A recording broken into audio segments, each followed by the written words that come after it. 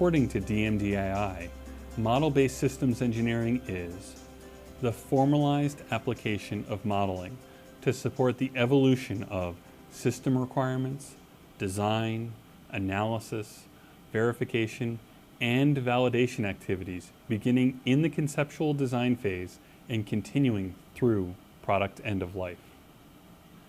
MBSE contrasts with traditional systems engineering processes in that the model is the primary artifact of the process. Traditional systems engineering focused on creating and managing documentation about a system. MBSE focuses on developing, managing, and controlling a model of the system. The potential benefits of MBSE include improving the reuse of system models and improved design team communication, resulting in the following outcomes: improved product quality, reduced time and cost of system test and integration, an overall reduction in time, cost, and risk associated with developing a system. At the heart of MBSE is the practice of developing models for a system. Modeling takes place at multiple levels, from a broad perspective of systems to a very detailed component behavior model. The model in systems engineering, remember that all engineering is model-based. It's the way we think and reason about problems. So the model in model-based systems engineering has actually always been there. The question is, where was it? It was in the mind of the chief engineer or the chief systems engineer, and the chief engineer was trying to communicate that model and align the team around a shared understanding in the best way possible. The model today, as we represent it in a higher fidelity way, is represented digitally.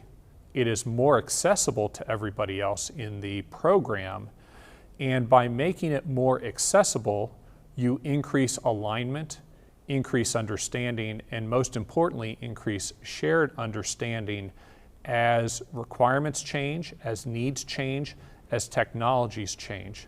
If people can have a high fidelity understanding of the problem and the architecture to the solution, then they can bring their specialty knowledge to bear and have a chance to bring the maximum impact to that solution. Models are appropriate throughout the product lifecycle, and multiple models may need to be developed to represent different analysis perspectives. For example, how strong is a wing structurally versus how much lift does it generate? Models provide insights into system attributes like functionality, performance, and behavior. And the term model has many definitions. From the perspective of the Department of Defense, quote, a physical, mathematical, or otherwise logical representation of a system, entity, phenomenon, or process. Another definition of a model from Friedenthal, Moore, and Steiner define it as a representation of one or more concepts that may be realized in the physical world. Bellinger defines a model and brings in time as a simplified representation of a system at some particular point in time or space intended to promote understanding of the real system. Another definition of a model comes from Dory as an abstraction of a system aimed at understanding, communicating, explaining, or designing aspects of interest of that system. And finally, the object management group pulls in relationships via mapping, saying it's a selective representation of some system whose form and content are chosen based on a specific set of concerns. The model is related to the system by an explicit or implicit mapping.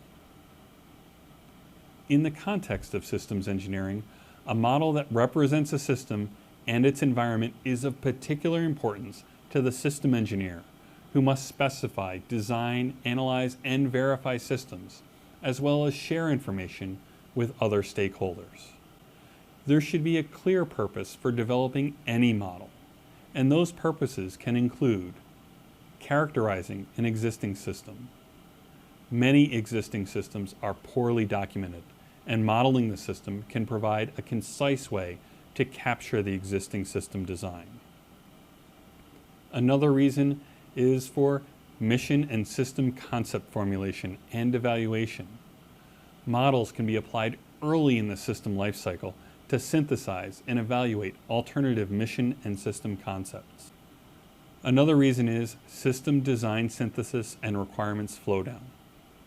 Models can be used to support architecting system solutions as well as flow mission and system requirements down to system components. Fourth is support for system integration and verification. Models can be used to support integration of the hardware and software components into a system, as well as to support verification that the system satisfies its requirements. Models can be developed as supports for training, and they can be used to simulate various aspects of the system to help train users to interact with the system. Knowledge capture and system design evaluation is another application of models. These type of models can provide an effective means for capturing knowledge about the system and retaining it as part of organizational knowledge. A thread that goes throughout this lesson is that model-based systems engineering moves the authority from documents to a digital model, often in current practice, multiple models. As part of that shift, models have version control and change management processes to control their modifications. Model-based approaches shift towards a data singularity, creating a single place to help design teams understand impacts of design changes, communicate design rationale and intent, and predict system performance. Keep in mind that MBSE is not static. It is in a constant maturation process, with new capabilities emerging on a regular basis. And even though MBSE tools do not yet fully support model and data interchange, that capability will soon be a reality. The next lesson focuses on methods of communicating information in MBSE via a modeling language, SysML. As a final task in this lesson, please take a moment to read the Submarine Warfare Federated Tactical Systems case study that is part of the Systems Engineering Body of Knowledge, CBOK.